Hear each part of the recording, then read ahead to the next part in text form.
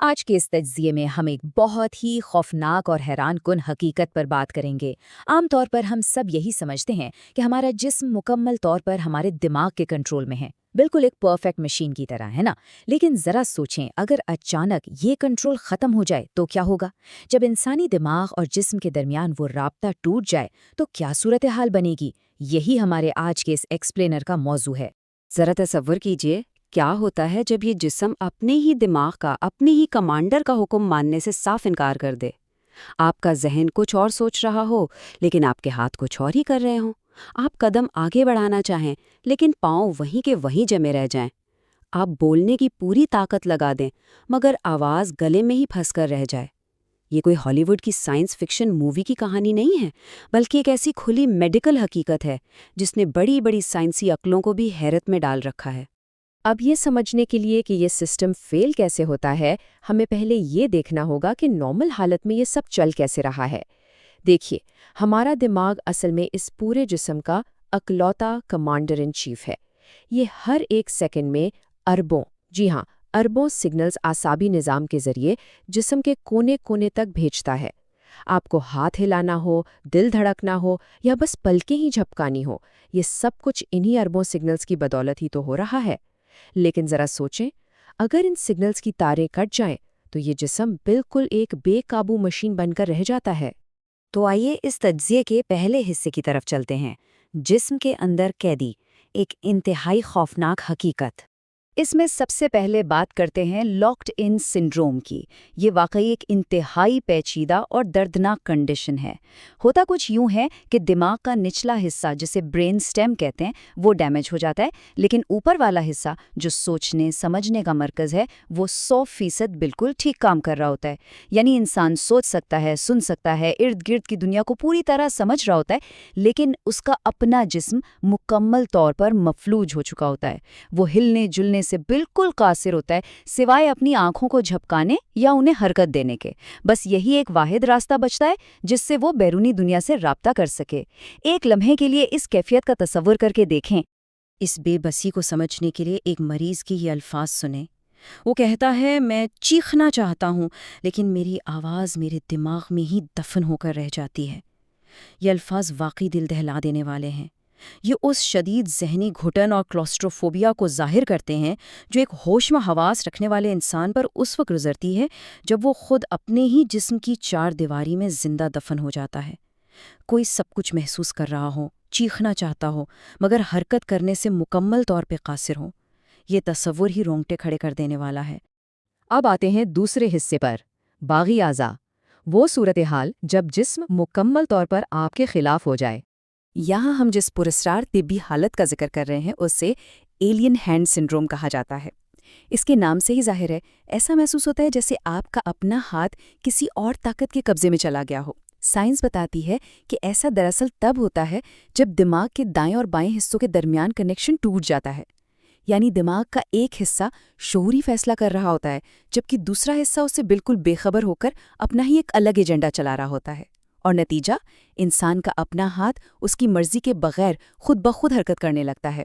اس contrast کو دیکھیے، ایک طرف آپ کا شعوری ذہن ہے جو شرٹ کے بٹن بند کرنے کی یا دروازہ بند کرنے کی کوشش کر رہا ہے، اور دوسری طرف وہ باغی ہاتھ ہے جو بالکل اس کے الٹ کام کر رہا ہے، یعنی بٹن کھول رہا ہے یا دروازہ کھول رہا ہے۔ ایسا لگتا ہے جیسے جسم کے اس حصے پر واقعی کسی اور نے کنٹرول کر لیا ہو، یا اس ہاتھ نے اپنا ایک الگ اور آزاد دماغ بنا لیا ہو۔ یہ صورتحال ہمیں بتاتی ہے کہ ہمارے اپنے اعضاء پر ہمارے دماغ کا کنٹرول کس قدر نازک چیز ہے۔ اسی طرح جب دماغ اور جسم کا کنٹرول ٹوٹنے کی بات ہوتی ہے تو ایک اور بہت عام مثال سلیپ پیرالسس یعنی نیند کے فالج کی ہے۔ ہو سکتا ہے آپ میں سے بھی کچھ لوگوں نے اس کا تجربہ کیا ہو۔ ہوتا یہ ہے کہ انسان جاگ تو جاتا ہے، آنکھیں کھل جاتی ہیں، لیکن ارتقائی طور پر ہمارے پٹھے اس وقت مفلوج رکھے جاتے ہیں تاکہ ہم اپنے خوابوں پر پریکٹیکلی ایکٹ آؤٹ نہ کرنے لگیں۔ اب شعوری طور پر دماغ تو جاگ چکا ہے، مگر جسم کے پٹھے ابھی تک گہری نیند میں ہوتے ہیں، اور جسم کا یہ عارضی طور پر لاک ڈاؤن ہو جانا انسان کو ہلا کر رکھ دیتا ہے۔ وہ نہ ہل سکتا ہے، نہ بول سکتا ہے، اور نہ ہی چیخ سکتا ہے۔ اور جو چیز اس سلیپ پیرالسس کو مزید ہولناک بناتی ہے وہ اس کی نفسیاتی سائیڈ ہے۔ وہ ہے کمرے میں کسی خوفناک موجودگی کا شدید احساس۔ ایسا لگتا ہے جیسے اندھیرے میں کوئی کھڑا ہے، کوئی آپ کو گھور رہا ہے یا کوئی آہستہ آہستہ قریب آ رہا ہے۔ دماغ پوری طاقت سے خطرے کے سگنل بجا رہا ہوتا ہے، لیکن جسم کسی بھی قسم کا دفاع کرنے یا ذرا سا بھی ہلنے سے صاف انکار کر دیتا ہے۔ چلیں اب اس تجزیے کے تیسرے حصے پر چلتے ہیں، ذہن کا فریب، یعنی جب ہمارا اپنا دماغ ہی ہم سے جھوٹ بولنے لگے۔ اس کی سب سے زبردست مثال فینٹم لمب سنڈروم ہے۔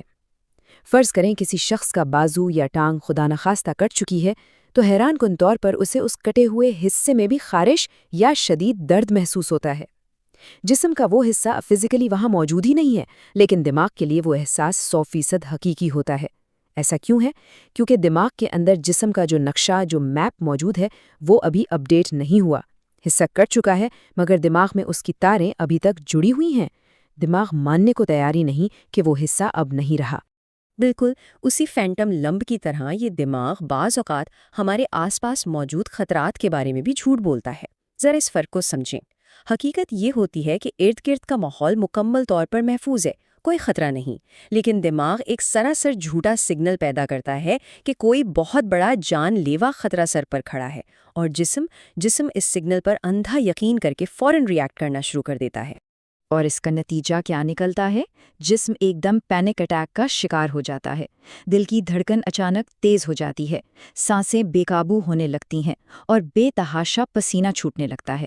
دماغ کے صرف ایک جھوٹے الارم پر یہ جسم زندگی اور موت کی جنگ لڑنے کی تیاری شروع کر دیتا ہے۔ یہ اس بات کا بہت بڑا ثبوت ہے کہ ہمارا جسم کس طرح دماغ کے پیدا کردہ سگنلز کا مکمل غلام ہے۔ وہ یہ نہیں دیکھتا کہ سگنل سچا ہے یا جھوٹا۔ اب ہم پہنچے ہیں اپنے اس ایکسپلینر کے چوتھے اور آخری حصے پر، کنٹرول کا وہم۔ کیا ہم واقعی اتنے آزاد ہیں جتنا ہم سمجھتے ہیں؟ دیکھیے، ہم سب کو عام طور پر یہی فیل ہوتا ہے نا کہ ہم اپنے تمام فیصلے شعوری طور پر خود کرتے ہیں، لیکن انتہائی مشہور سائنسی تجربات نے ایک حیران کن بات ثابت کی ہے۔ آپ کے ہاتھ ہلانے کا شعوری ارادہ کرنے سے ملی سیکنڈز پہلے ہی دماغ کے اندر کیمیائی سرگرمی وہ فیصلہ کر چکی ہوتی ہے۔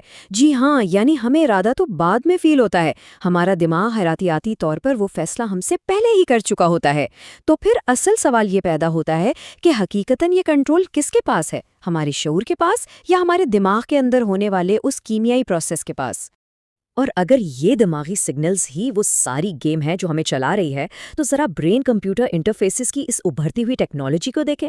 آج اس ٹیکنالوجی کی مدد سے انسان صرف اپنی سوچ کے ذریعے ویڈیو گیمز کھیل رہے ہیں یا ویل چیئرز کنٹرول کر رہے ہیں، لیکن ذرا تصور کریں جب یہ ٹیکنالوجی مزید ایڈوانس ہو جائے گی اور دروازہ دوسری طرف کھلے گا، یعنی مشینیں بیرونی طور پر دماغ میں سگنل بھیج کر انسان کی فزیکل موومنٹ کو ہائی جیک اور کنٹرول کرنے لگیں۔ آج ہم مشینوں کو چلا رہے ہیں، کل مشینیں ہمارے جسم کو چلا سکتی ہیں۔ یہ کوئی سائنس فکشن ناول کی بات نہیں رہی، بلکہ یہ بالکل ایک ابھرتی ہوئی سائنسی حقیقت بن چکی ہے۔ تو ان سب باتوں کا لب لباب کیا ہے؟ اس ساری بحث کے بعد ایک بات تو طے ہے، شاید انسان کا سب سے بڑا خوف موت نہیں ہے، بلکہ سب سے بڑا خوف زندگی کے اس کیفیت میں پہنچ جانا ہے جہاں ایک باشعور انسان اپنے ہی جسم کے اندر بغیر کسی کنٹرول کے قید ہو جائے، اپنے مکمل ہوش و حواس کے ساتھ اپنے ہی اعضاء کو اپنے اختیار سے باہر نکلتے دیکھنا۔ یقین جانیے، انسانیت کے لیے اس سے زیادہ بھیانک اور خوفناک تجربہ کوئی اور نہیں ہو سکتا۔ اور آخر میں اس تجزیے کو ایک گہرے سوال پر چھوڑنا چاہوں گا۔ اگر واقعی کسی دن ایسا ہو جائے کہ یہ انسانی جسم اپنے دماغ کی بات ماننے سے مکمل طور پر انکار کر دے اور تمام رابطے منقطع ہو جائیں، تو کیا اس حالت میں انسان اپنی بے بسی پر چیخے گا یا پھر وہ ہمیشہ کے لیے اس خوفناک خاموشی کو قبول کر لے گا؟ یہ ایک ایسا سوال ہے جو یقیناً دیر تک ہمارے ذہنوں میں گونجتا رہے گا۔